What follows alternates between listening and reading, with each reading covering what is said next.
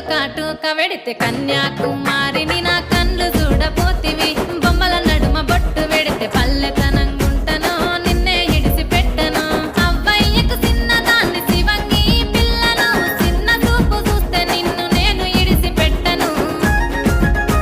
ఓ పిల్లగా అరరే ఓ పిల్లగా అమ్మో ఓ పిల్లగా వెంకటేశు చూడకపోతుంటవో కానకపోతుంటవో నా పిల్లగా వెంకటేశు చూడకపోతుంటవో కానకపోతుంటవో